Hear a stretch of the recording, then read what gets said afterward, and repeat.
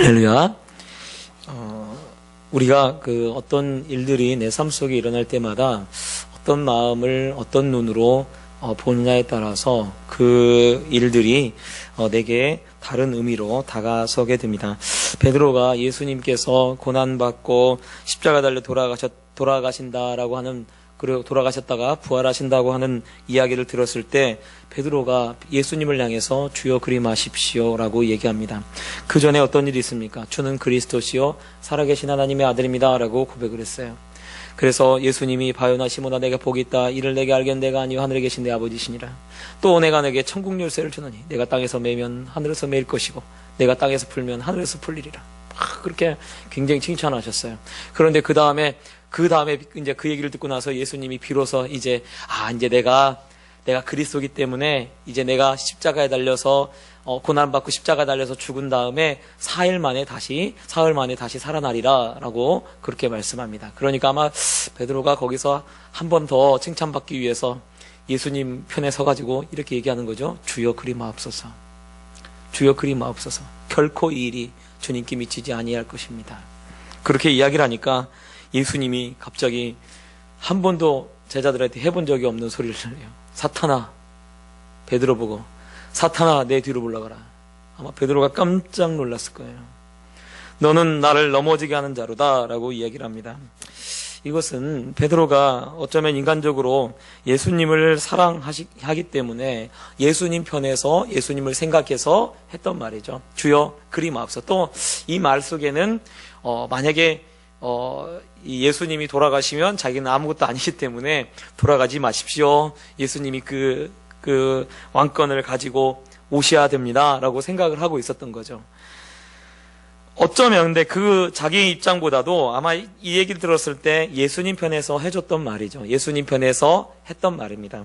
그런데 그것이 곧 예수님이 보실 때 그것은 사탄의 말이었다고 이야기를 하고 있는 거죠.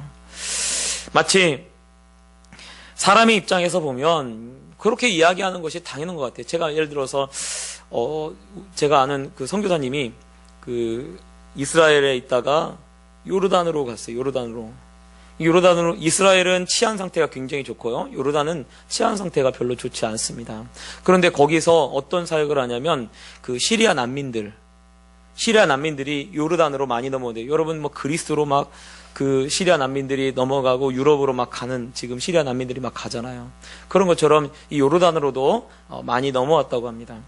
그러니까 그 요르단에 넘어온 그 시리아 난민들을 그 사역을 하기 위해서 거기로 가는 거예요. 근데 사람들이 다 싫어한대요. 다 반대한대요. 왜냐하면 이스라엘만 있어도 이스라엘 내에서도 굉장히 치안도 안정되어 있을 뿐만 아니라 이스라엘이 그리고 어느 정도 이 보호를 받을 수 있다는 거예요. 그런데 요르단으로 가면 더 이상 그 보호를 받지 못하고 또 치안 상태가 그렇게 좋지 않고 또 언어를 이스라엘은 여지껏 이스라엘에 있었기 때문에 히브리어를 쓰고 혹은 영어를 쓸 수 있는데 요르단은요 아랍어를 쓴대요. 그럼 자녀들도 어떻게 되냐? 자녀들도 아랍 학교에 다닌다고 합니다. 그러니까 여지껏 이스라엘 사람들 유대인들이 다니는 학교에 다니다가 갑자기 요르단으로 넘어가가지고 아빠 때문에 넘어가가지고 이 아랍 학교에 가서 아랍어를 한 번도 써보지 않은 아랍어를 배운다고 한번 생각해 보세요. 다 힘들잖아요. 사모님 힘들고 자녀들도 힘들고 목사님도 본인도 힘들고 왜? 한 번도 살아본 적이 없는 곳이에요. 그리고 치안 상태도 불안하고 그런 곳인데 거기로 가셨어요. 다들 가지 말라고 하고 좀 있으면 그렇게 좀 그냥 이스라엘에 있고 이스라엘에 있다가 학위 받아서 저 미국으로 그렇게 가는 이 코스가 있는데 그런 코스로 가면 더 좋지 않냐라고 하는데 요르단으로 가셨어요. 이유인 즉슨 하나님이 부르셨다는 거예요. 하나님이 가라고 하는데 어떻게 내가 안 갈 수가 있는가. 그리고 가신 거예요. 거기로. 우리의 생각으로 보면 인간적으로 보면 이스라엘에 머물러야죠. 아니 이스라엘이 아니라 요르단이 아니라 미국으로 가야죠. 그게 성공하는 코스니까. 그런데 그걸 거부하고 그 요르단으로 가셨어요. 인간적인 입장으로 보면 이것이 좀 잘못되는 것 같고 이것이 좀 안 좋아지는 것 같아요. 그런데 우리가 그 사건을 어떻게 볼 것이냐, 하나님의 시각으로 볼 것이냐, 아니면 내가 지금 믿음을 가지고 볼 것이냐, 아니면 그냥 사람의 눈으로 내 생각으로 볼 것이냐, 그 차이가 있는 것입니다. 이 시각의 차이가 우리의 삶을 엄청나게 크게 좌우하게 만듭니다. 그래서요, 우리가 어떠한 일이 일어날 때 내 삶 속에 어떤 일이 일어나든지 하나님의 눈으로, 하나님의 시각으로 보려고 하는 것이 필요합니다. 우리가 하나님의 시각으로 보면 모든 상황이 하나님의 뜻으로 보일 것이고, 또한 믿음으로 보면 그것이 결코 힘든 일만은 아니라는 것을 깨닫게 되고 알게 됩니다. 믿음의 눈을 뜨면 나를 돕는 천사들이 돕는 것을 보게 돼요. 엘리사가 있는 그 성을 이 아람의 군대가 둘러싸고 있어요. 그러니까 큰일 났다고 게하시가 와가지고 선지자의 큰일 났습니다. 뭔데 왜 큰일 났냐? 군대가 이 성을 다 에워쌌습니다. 그러니까 두려워하지 말라. 우리와 함께 있는 자가 저들보다 많다라고 하면서 주여 저 게하시의 눈을 열어서 우리를 둘러싼 자들을 보게 하시옵소서라고 하니까 눈을 떠서 딱 보니까요, 온 산이 다 불말과 불병거로 하나님의 군대로 다 둘러싸여 있는 것을 보게 됩니다. 그러니까 사실은 엘리사는 거기에 표현되어 있지 않지만 이미 천군 천사가 자기를 지키고 보호하는 것을 보고 있는 거죠. 근데 게하시는 어디를 보고 있냐면 군대를 보고 있는 거예요. 지금 성을 둘러싸고 있는 군대를. 여러분, 지금 내가 이렇게 혼자 가고 있는데 나는 혼자가 아니고 정말 하나님의 천군과 천사가 나를 둘러싸고 있고요. 내게 오는 그 어려움은 몇 개 안 될 수도 있어요. 나를 힘들게 하는 그런 것들은 너무나 적은 숫자일지도 모릅니다. 근데 우리가 사실은 하나님의 눈으로, 믿음의 눈으로 보는 것이 필요합니다. 민수기 13장에 보면 이스라엘 백성들이 12명이 그 가나안 땅 정탐을 하고 들어와요. 그런데 2명은 갈 수 있다, 들어간다라고 얘기하지만 10명은 못 들어간다. 우리는 저들과 비교하니까 특히 안악자손, 사실은 그 땅의 모든 족속들이 다 그렇게 큰 사람들이 아니에요. 어디냐면 헤브론에 있는 그 안악자손들이 거기에 있었거든요. 근데 거기를 들렸다 왔어요. 거기를 들렸다 오면서 백성들의 마음이 녹아버렸던 거예요. 그래서 나중에 갈렙이 어디를 달라고 하냐면 그 땅을 달라고 그래요. 주께서 말씀하신 그 땅, 정말 그 땅이 어떤 땅이냐면 이스라엘 백성들이 40년 동안 광야 생활을 할 수밖에 없었던, 그렇게 만들었던 그 땅이라고 이야기를 합니다. 그런데 그 땅을 주십시오. 그러면 내가 나이가 80이라도 그걸 능히 취할 것입니다 라고 하면서 그 땅을 취하죠. 그러니까 우리가 믿음으로 어떤 사건을 볼 것인가, 그거에 따라서 우리의 삶이 완전히 차이가 납니다. 그 두 사람은요, 어떻게 됐습니까? 다 가나안 땅에 들어가요. 나머지는 가나안 땅에 들어가지 못해요. 10명은 가나안 땅에 들어가지 못하고, 또 그렇게 그 10명의 말을 믿고 원망하고 불평하고 못 들어간다라고 외쳤던 그 사람들은 다 들어가지 못합니다. 오히려 들어가지 못한다고 했던 그 자녀들, 들어가지 못한다고 했던 그 자녀들은 들어가게 되고요. 그리고 들어갈 수 있다라고 외쳤던 여호수아와 갈렙은 그 땅을 들어가고, 그리고 하나님께서 말씀하신 그 땅을 차지하게 됩니다. 그래서요, 우리가 항상 볼 때, 이 사건을 볼 때, 내 주변에 일어나는 일들을 볼 때 하나님의 눈으로 보려고 하는 마음이 있어야 돼요. 하나님은 어떻게 보실까? 하나님은 지금 이 사건을 어떻게 보실까? 내게 지금 일어난 이 일이 하나님께서는 과연 왜 나한테 이런 일이 일어나게 되고, 또 하나님은 이걸 통해서 나에게 무엇을 원하실까? 여러분, 그거를 우리가 보려고 애쓰시길 바랍니다. 또 그렇게 보면요, 보여주실 거예요. 왜 그렇게 됐는지, 왜 그렇게 하시는지 보여주게 됩니다. 오늘 말씀을 보면 바울의 그 변론을 우리가 지난주에 같이 살펴봤죠. 벨릭스 앞에서 더둘로가 바울을 고소하고 유대인들이 대제사장이 바울을 고소하니까 그 고소한 사건에 대해서 바울이 조목조목 자기가 잘못하지 않았다는 것을 변론을 하게 되죠. 이거에 대해서 오히려 오늘 말씀해 보면 이 벨릭스가 22절에 이렇게 되어 있습니다. 이 도에 관한 것을 더 자세히 아는 고로. 그러니까 그 도에 관해서 지금 이 사건에 대해서 더 자세히 아는 사람이 누구냐면 바로 벨렉스가 더 자세히 잘 알고 있어요. 그러니까 그리고 나서 여기 보면 백부장에게 명하여가지고 이 재판을 연기를 하고 재판을 처리하는 것을 연기를 하고 그리고 바울을 지키도록 하되 즉 그 성 안에 그 구금이라고죠. 어떻게 보면 구금을 시켜놓고 여기 말씀해 보면 구류라고 되어 있는데 구금시키는 거죠. 그러니까 이 어디 안에를 벗어나지 못하도록 그렇게 만들어 놓고 뭐 예를 들어서 가택연금처럼 가택에다가 이렇게 딱 그 안에 있으라고 하고 가택을 이 군사들로 지키고 그리고 그 안에서는 자유롭게 움직일 수 있는 그런 것을 하는 거죠. 벨릭스가 왜 이렇게 하냐면 왜 이 재판을 연기하도록 하고 지금 바울에게 자유를 주고 그 친구들이 그를 만나러 오고 언제든지 면회를 올 수 있도록 그렇게 만드냐면 그것은 무엇 때문이냐면 바로 바울이 아무런 죄가 없다는 것을 벨릭스가 아는 거예요. 벨릭스가 그걸 알고 있기 때문에 지금 이 재판을 연기를 하고요. 그리고 벨릭스가 총독을 그만둘 때까지 다시 재판이 열리지 않습니다. 그리고 여기 말씀을 보면 자주 바울을 불러다가 바울과 얘기했다라고 돼 있어요.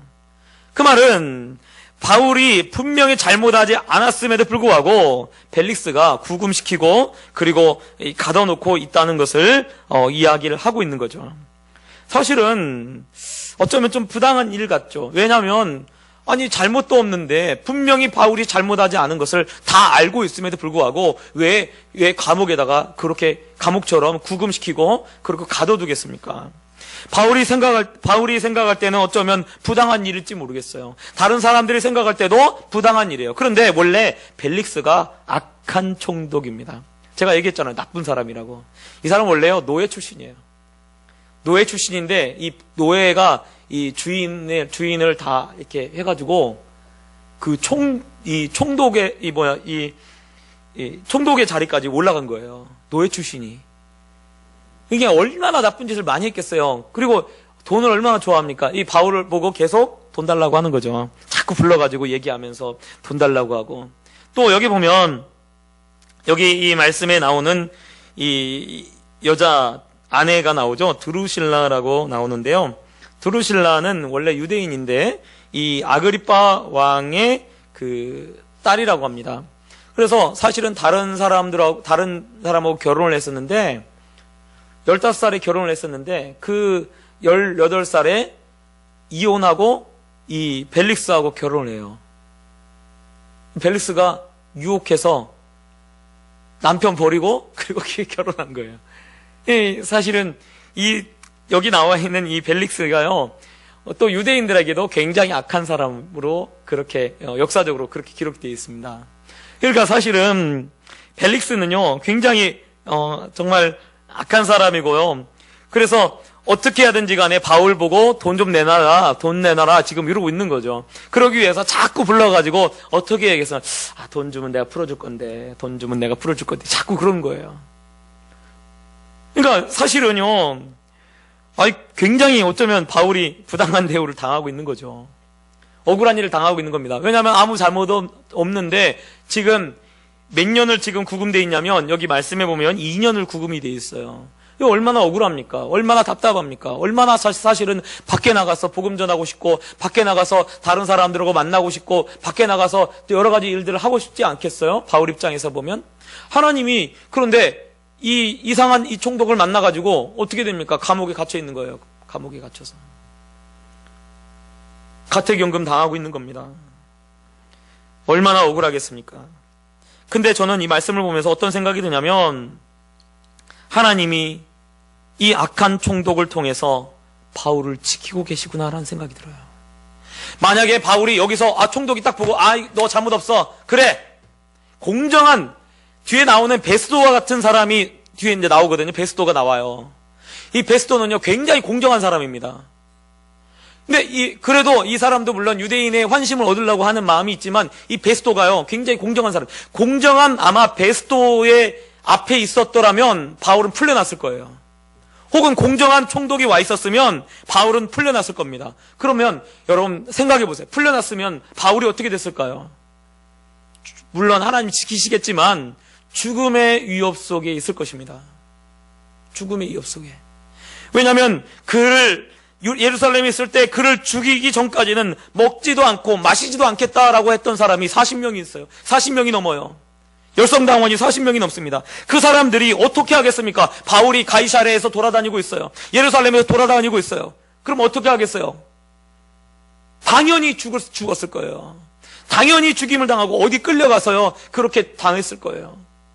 그런데 마치 지금 악한 총독을 만나가지고 불의한 총독을 만나가지고 그가 풀려나지 못하고 있는 거예요. 그런데 그것이 사실은 하나님의 놀라운 섭리와 손길이 되어지는 거예요. 그래서요 여러분 악한 사람 만나잖아요. 악한 사람 만났잖아요. 왜 하나님이 이렇게 악한 사람을 만나게 하지? 그러면 하나님의 섭리구나 그렇게 아시기 바랍니다. 옆 사람 인사 나누겠습니다. 하나님의 섭리입니다. 시작. 예. 아니 왜 하필이면 하나님 나를 이렇게 악한 사람을 만나게 했을까? 거기 뜻이 있는 거예요. 왜 하필이면 하나님 나에게 이렇게 안 좋은 일이 일어나게 했을까? 거기 뜻이 있는 거예요. 하나님이 지키시는 손길이고 그렇게 되는 거예요. 여러분 요셉 어떻습니까? 요셉이요. 하필이면 어떤 여자가 그 주인의 아내예요? 요셉 보고 같이 동침하자라고 했던 여자가 그 주인마님이 그런단 말이에요. 그러니까 그거 뿌리치다가 어떻게 됩니까? 그것 때문에 누명 써가지고 억울하게 감옥에 갔어요. 제가 이걸 좀 묵상을 하고 생각을 해보면 어떤 생각이 드냐면 하나님께서 요셉을 지키시기 위해서 감옥으로 보내셨다는 생각이 드는 거예요. 왜냐하면요 이 이집트가요 여러분 더운 나라입니다. 더운 나라의 공통적인 게 뭐냐면요 성적으로 굉장히 문란합니다. 그러니까 그 당시에 주인 마님이 이 종하고 이렇게 같이 동침하자 이렇게 하는 것은요 그냥 일반화되어 있는 거예요. 일반화되어 있습니다. 근데 요셉이 만약에 그런 곳에 감옥이 말고 다른 곳에 있었더라면 여러 가지 유혹들에 계속해서 어려움을 당하지 않았을까라는 생각이 드는 거예요. 감옥에 있으니까요 무슨 성적인 유혹이 있겠어요 그 안에. 감옥에 있으니까 오히려 요셉이 어떻게 삶을 그의 청년 시절을 어떻게 보낼 수 있냐면 깨끗하게 보내는 거예요. 하나님이 쓰시는 그릇은 어떤 그릇입니까? 깨끗한 그릇이라고 되어 있어요. 그건요 공통적인 것입니다. 깨끗하게 그의 삶을 그렇게 해 만들었기 때문에 하나님이 요셉을 사용하셨던 거예요. 그러면요 사실은 이 감옥에 가는 것이 무엇을 말하냐면 하나님이 요셉을 지키시고 보호하시는 것이었음을 우리가 알아야 합니다. 가끔은 우리에게 일어나는 그 일들이 안 좋은 일이 아니라 오히려 하나님의 섭리가 되고 하나님께서 지키시는 일들이 되어지는 거예요. 그래서 오늘 말씀에도 보면 왜 이렇게 악한 총독을 만납니까? 악한 총독을 만났기 때문에 바울이 살아가는 거예요. 악한 총독을 만났기 때문에 유대인들하고 사이가 별로 좋지 않은 이 총독을 만났기 때문에 유대인들에게 악독을 행하고 악한 일을 행하는 이 총독을 만났기 때문에 유대인들이 함부로 바울을 암살하려고 하는 시도를 하지도 못하는 거예요. 2년 동안요 구금돼 있어요. 그러면 그를 죽이려고 하면 어떻겠습니까? 제가 생각할 때는요 좀 자유로우니까 자유롭게 다닐 수 있으니까 아주 독사를 하든지 여러 가지 방법을 다 했을지도 모르겠어요. 그런데요 총독이 어떤 사람이에요? 악한 사람이에요. 총독이 유대인들에게는 잔인한 사람입니다. 이 총독이 벨릭스가. 그러니까요 시도조차도 못해요. 총독의 관저 안에 들어가 있으니까요 바울을 죽이려고 하는 시도조차도 하지 못합니다. 아니 예루살렘에 있을 때는 죽이려고 했어요. 로마 군대가 천부장이 그를 지키고 있음에도 불구하고 그를 죽이려고 했습니다. 그런데요 총독 관제에 들어가니까요 그를 죽이려고 하는 시도조차도 없어요. 왜 그렇습니까? 바로 그가 악한 총독이기 때문에 그래요. 그래서요 우리가 나쁜 사람 안 좋은 사람 만나잖아요. 그것도 하나님 뜻이 있는 거예요.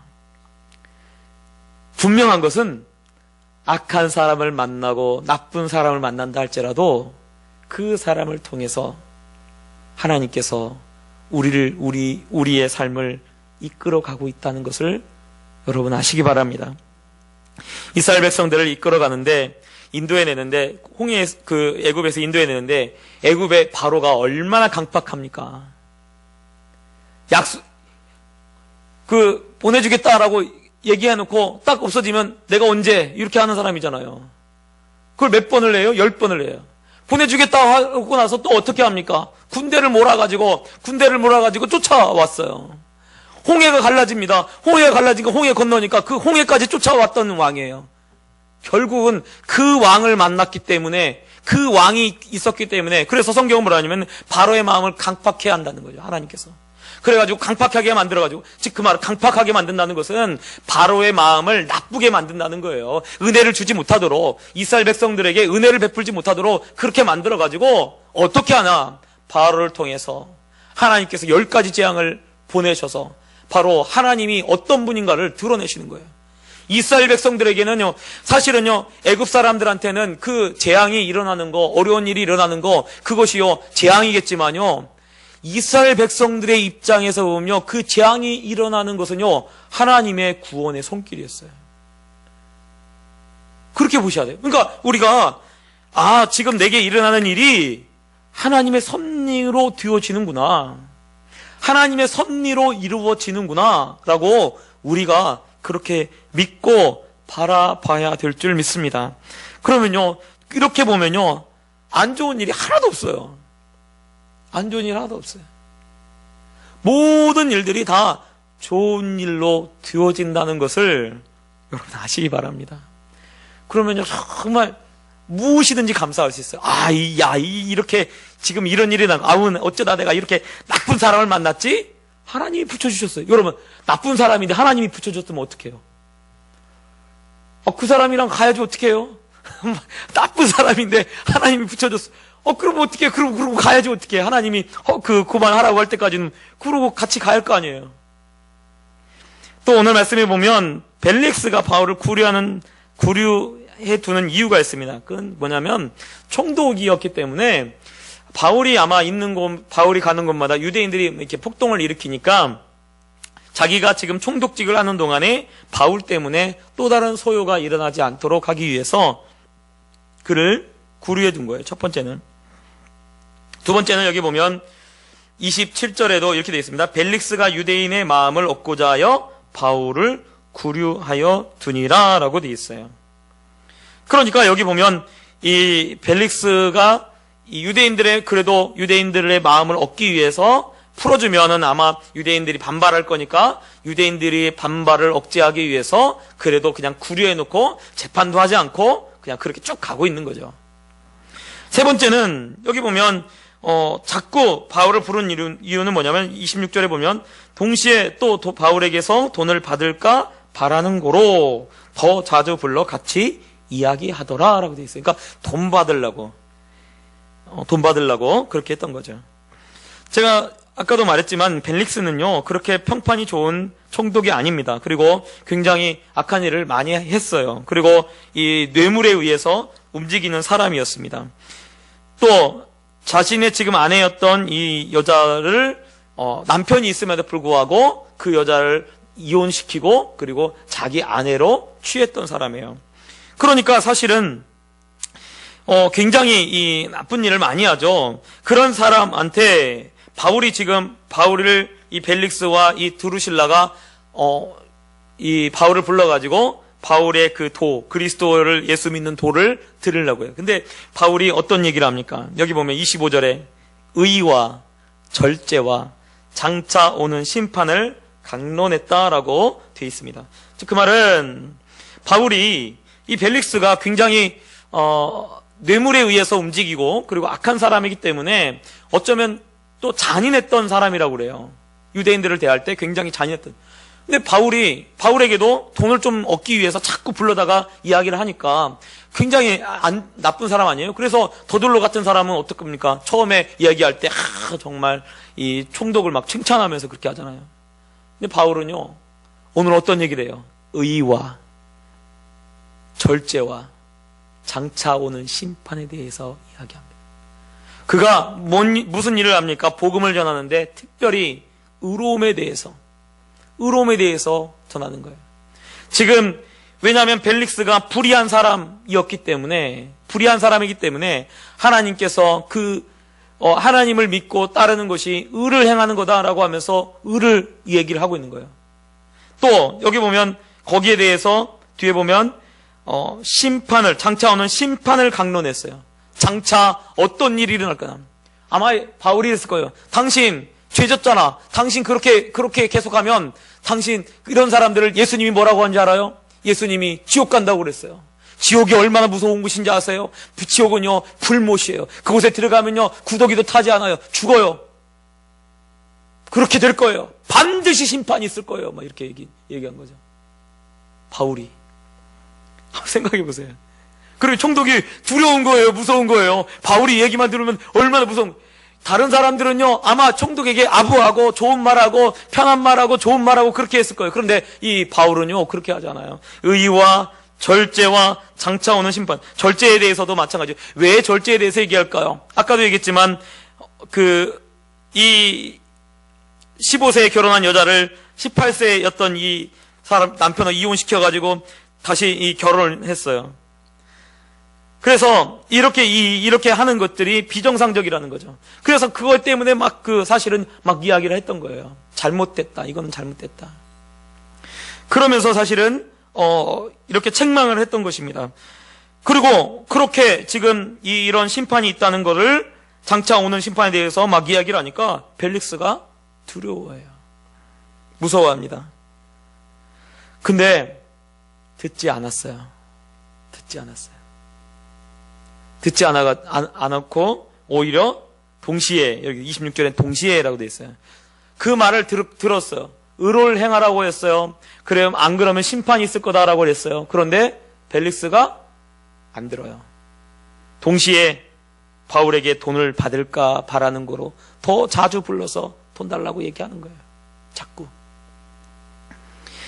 여러분 이 벨릭스와 이 드루실라 나오는데 이 드루실라가요 나중에 이 재판 이러고 나서 한 10여 년 정도 뒤에 어떤 일이 있냐면 이 드루실라하고 그 아들이 이름이 아그리빠라고 하더라고요. 아그리빠. 이 아들하고 이 벨릭스의 아들이죠. 그 사람이 이 폼페이에 살았습니다. 폼페이가 어떻게 됐습니까? 베스비우스 화산이 폭발했어요. 폼페이에 있는. 그 베스비우스 화산이 폭발해가지고 그 화산 폭발 때 죽었다고 그래요. 그러니까 사실은 이 베스비우스 그 화산이 폭발한 이유에 대해서 뭐라고 사람들이 이야기를 하냐면 하나님의 심판이었다는 거예요. 폼페이에 대한. 왜냐하면 폼페이가 가장 타락한 도시였다는 거예요. 소돔과 고모라 같이. 그래가지고 가장 타락한 도시였기 때문에 그 도시를 하나님께서 불과 유황으로 완전히 덮어버리죠. 그래서 그때 누가 죽냐면 오늘 말씀에 나오는 이 벨릭스의 아들과 이 드루실라라고 하는 이 여자가 그곳에서 죽습니다.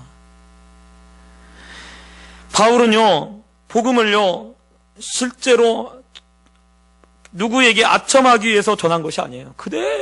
말씀을 그대로 전했어요. 그대로. 참 이게, 목사가 참 힘든 게 그거예요. 제가 예전에 보니까,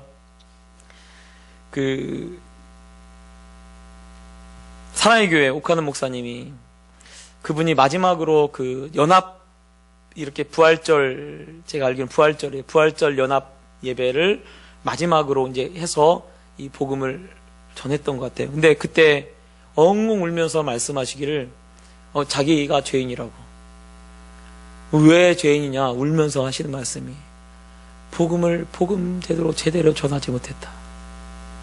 사람 눈치 보고 그러면서 전했다는 거예요. 그러면서 막 그렇게 울면서 막 그렇게 얘기를 하시더라고요. 목사가 되어 보니까요. 그게 참 힘든 것 같아. 사람이 상처받을까봐. 이 얘기하면 어떻게 될까? 이야기하면 물론 한 사람을 표적을 해가지고 설교는 하진 않지만 이 말씀을 할 때 누가 이 걸리면 어떻게 될까? 걸려서 넘어지면 어떻게 될까? 아마 그런 생각을 목사가 되니까 강단에 서서 하게 되더라고요. 근데 사실은 그런 거 생각하면 안 되죠. 왜냐하면 말씀을 말씀되게 전해야 하거든요. 그 사람이 그 돌에 걸려서 넘어지든 혹은 그 말씀을 따르든 간에 그 사람이 옳고 그른 것이 무엇인지를 정확하게 가르쳐 줄 의무가 있는 사람입니다. 바울은요, 그렇게 한 거예요. 자기가 풀려나지 않아도 된다는 거죠. 왜? 하나님이 때가 되면 로마에 가서 복음을 전하라고 했으니까 분명히 내가 갇혀 있어도 분명히 하나님이 복음을 전하게 할 것이다 라고 그렇게 바울은 온전히 믿었어요. 그리고 온전히 정말 복음만 전합니다. 때로는요, 우리에게 좋은 말을 들리면 얼마나 좋겠습니까? 저도 막 축복의 말을 하고 싶고요, 칭찬의 말 하고 싶고요. 그런 말을 하기 싫은 사람이 어디 있어요? 다 좋은 말 하고 싶지. 근데 왜 그런 말을 못 합니까? 왜 때로는 그 말을 못 해요? 저는 거짓 선자가 아니에요. 거짓 선자들은요, 어떻게 하냐면요, 귀에 들리기 좋은 말만 해주는 거예요. 그 사람한테 들리기 좋은 말만. 그러니까 그 말만 들으면 뭐 다 될 것 같아요. 그런데 성경에 뭐라 하냐면 말하지도 않았는데 말하는 선지자라고 돼 있어요. 하나님이 말씀을 주지도 않았는데 말하는 선지자. 그게 거짓 선지자죠. 왜? 백성들의 마음에 좋게만 들리도록. 그래서 사실은요, 복음이요, 너무나 내 귀에 좋게 들리잖아요? 너무나 좋은 말만 들리잖아요? 나를 좀 움직이라고 하고, 나를 좀 내가 돌아보고, 좀 움직일 수 있도록 그렇게 가야 되는데, 그런 말이 아니라, 오히려, 잘한다, 이런 소리만 들리잖아요? 그럼 좀 이상한 거예요. 절대 그럴 리가 없습니다. 왜냐하면 내가 완벽하지 않거든요. 내가 완전하지 않아요. 내 신앙이 완전하지 않습니다. 어느 누구도 마찬가지예요. 목사도 마찬가지예요. 완전하지 않아요. 저도 말씀을 볼 때마다, 내가 이걸 좀 더 했어야 하는데, 이걸 이렇게 고쳐야 하는데, 안타까움이 항상 있어요. 근데 만약에 그 말이 다, 너 잘했어. 너무 잘했어. 너 잘했어. 너무 잘하는데? 이렇게만 들린다고 해봐요. 그러면요, 지금 내가 잘못 듣고 있는 거예요. 그거는요. 말씀이 사실은 나를 책망하고 나를 좀 때로는 두렵게 만들고 그런 것이 되어질 때 우리가 그 말씀에 순종해야 될 줄 믿습니다.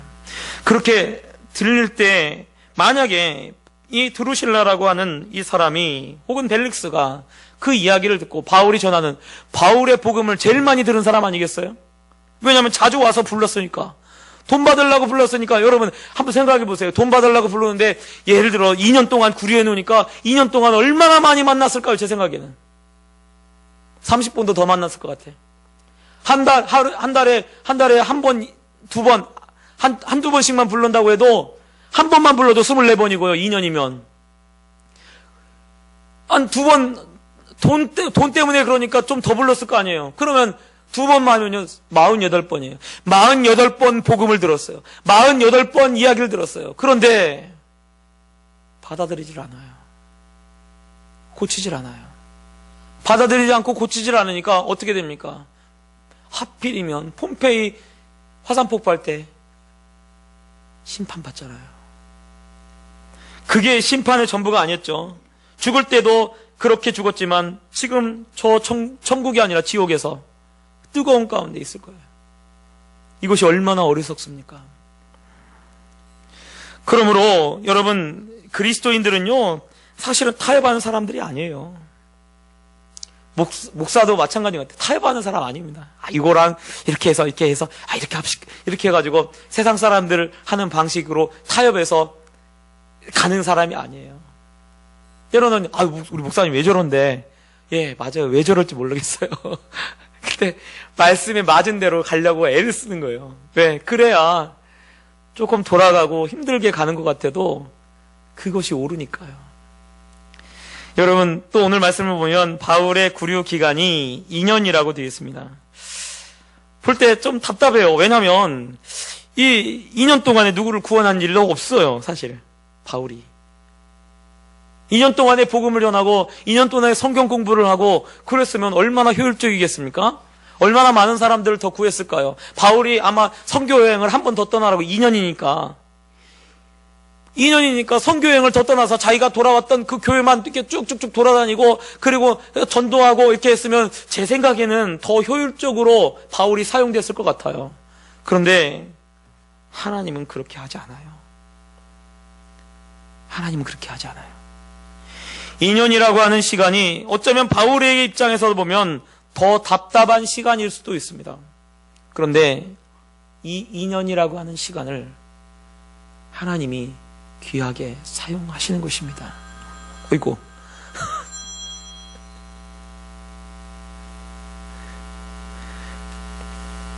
2년이라는 시간을 하나님이 굉장히 귀하게 사용하시는 거예요. 왜냐하면 이 2년이라고 하는 시간이 그 뒤에 복음을 전하고 로마까지 가게 되는 모든 과정 속에 다 필요한 거예요. 만약에 하나님께서 2년이라고 하는 이 시간이 없었으면 로마로 호송되는 군인들의 그 모습들도 달라졌을 거예요. 풀려났다고 하면 또 다른 사람이 구원받지 못하는 것입니다. 그런데 말씀을 보면 뒤에 이제 살펴보면 2년 뒤에 이 로마로 호송되잖아요. 그런데 로마로 호송되어 가는 모든 사람들, 바울과 함께하고 있는 모든 사람들이 다 구원받아요. 그리고 바울과 함께 배를 타고 가는데 하필이면 그 배가 유라글로에라는 광풍에 의해서 멜리데라고 하는 섬에 도착하게 됩니다. 그 멜리데 섬에 들어가서 그 멜리데에 있는 많은 그런 그 토인들, 원주민들이 예수님을 믿게 되고 구원받게 돼요. 여러분, 이것이요 마치 하나님의 엄청난 톱니바퀴 같아요. 시간마저도 하나님이 움직여가는 것 같아요. 시간마저도 딱딱딱딱 다 들어맞게 하나님이 그렇게 만드시는 거예요. 저희 교회는 우리 군사님도 10년 이상 이렇게 떠나셨다가 오신 분, 5년 있다 떠나오신 분, 뭐 그런 분들이 꽤 있잖아요. 보면. 근데 보면 다 이렇게 탁탁탁탁 맞아 떨어지도록 하나님이 그렇게 하시는 것 같아요. 우리 권사님이 처음에 우리 교회에 오셨을 때 우리 교회가 첫 주 예배를 딱 드렸었어요. 첫 주 예배. 근데 우리 교회를 오신 이유가 부르심 교회 때문이었대요. 부르심. 아, 하나님이 이제 부르시는구나. 그래가지고 권사님이 그래가지고 우리 교회를 오셨대요. 근데 첫 주 예배인지 모르고 딱 왔는데 마침 첫 주 예배. 만약에 일주일 전에 사실은 이거 세운 거는 좀 전에 저 교회에 있네? 와서 딱 왔는데 문이 닫혀 있어요. 에이, 아닌갑다 그러고 떠났을 거예요. 다른 교회 가셨겠죠. 근데 그렇게 하지 않고 하나님이 정확하게 그 시간에 거기에 맞춰서 딱 맞아 떨어지도록 그렇게 하는 거예요. 제가 그런 생각을 합니다. 부르신 교회 아무나 오나? 아무나 오지는 것 같지 않아요. 아무나 이 자리에 있는 것 같지는 않습니다. 아무나 이렇게 만나도록 하지는 않는 것 같아요. 하나님이. 왜?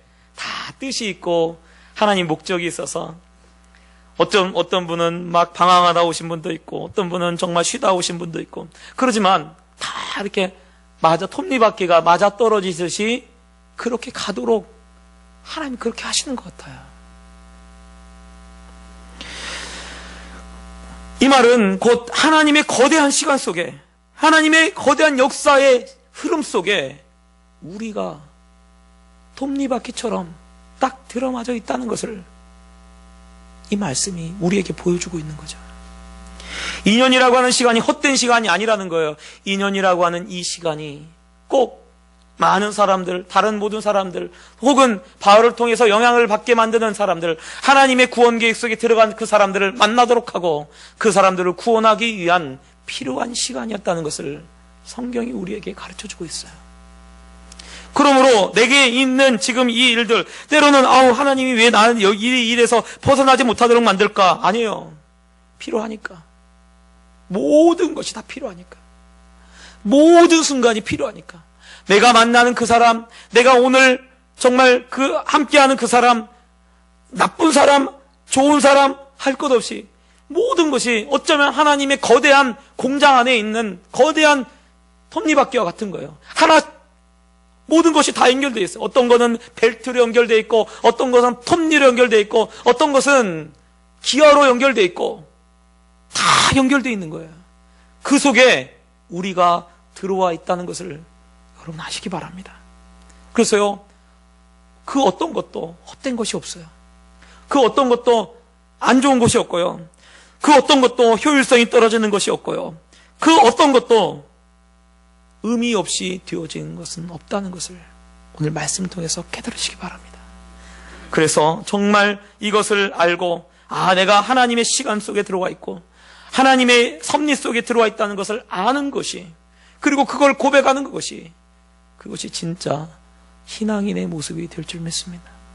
바울이 이런 기도했을까요? 하나님 언제까지입니까? 언제까지 여기 있어야 하나요? 저는 그렇게 그렇게 하지 않았을 것 같아요. 2년을 있으면서 바울이 하나님의 때를 기다리고 있었을 거예요. 분명히 나를 하나님이 로마로 보낼 거니까 분명히 그 시간에 갈 거다. 그러면서 아마 감사하면서 그 시간을 보내지 않았을까. 또 바울이 언제 이렇게 쉰 적이 있습니까? 제가 보니까 바울에게 하나님이 2년 동안의 쉼을 허락하신 것 같아요. 여지껏 평생을 정말 전도하고 평생을 복음 전하다가 그렇게 애쓴 그 사람에게 마지막 한 2년을 아무 일도 하지 않고 쉴 수 있도록 하나님이 그렇게 배려하지 않았나라는 생각도 이 말씀을 통해서 보게 됩니다. 여러분, 하나님은 모든 것이 다 뜻이 있어요. 뜻이 있어서 우리에게 그 모든 일들이 일어난다는 것을 아시고 하나님의 시각으로 모든 것을 바라보시는 그런 우리 성도님들 되시기를 예수님 부탁드립니다. 기도하겠습니다. 사랑의 하나님 아버지,